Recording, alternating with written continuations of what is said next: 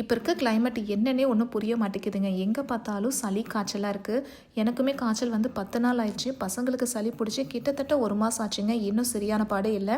So தொண்டைக்கு ஏதமாக கொஞ்சம் நாட்டுக்கோழி சூப் குடித்தா நல்லாயிருக்குமே தான் இன்றைக்கி ரெடி பண்ணேன்.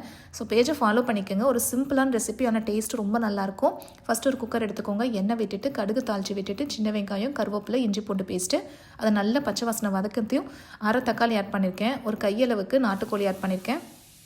இதில் மஞ்சள் பொடி, இடித்த சீரகம், மிளகு, வேறு எந்த மசாலா தேவையில்லைங்க. இடித்த சீரகம், மிளகு, தேவையான அளவு உப்பு, 4 டம்ளர் அளவுக்கு தண்ணி ஆட் பண்ணியிருக்கேங்க. இதெல்லாம் நல்லா மிக்ஸ் பண்ணி விட்டுட்டு 5லேருந்து 6 விசில் விட்டு இறக்குங்க. லாஸ்ட்டாக கொத்தமல்லி இலை தூவி இறக்குனீங்கன்னா நல்ல கமன்னு நல்ல லிக்விடாக ஒரு நாட்டுக்கோழி சூப்பரான சூப் ரெடி ஆயிரும். சிக்கன் கிளியர் சூப் கூட சொல்லலாம். நல்லா வந்து தண்ணியாக இருக்கும். குடிக்க தொண்டைக்கு அவ்வளோ சூப்பராக இருக்கும். சளியால் கொஞ்சம் கஷ்டப்படுறவங்க கண்டிப்பாக இந்த சூப் கொடுத்து பாருங்கள். அவங்க தொண்டைக்கு ரொம்ப இதமாக ரொம்ப ஃபீல் பண்ணுவாங்க. ஸோ மறக்காமல் பேஜை ஃபாலோ பண்ணிக்கோங்க. ரெசிபியும் ட்ரை பண்ணி பாருங்கள். நெக்ஸ்ட் வீடியோவில் பார்ப்போம். பாய்.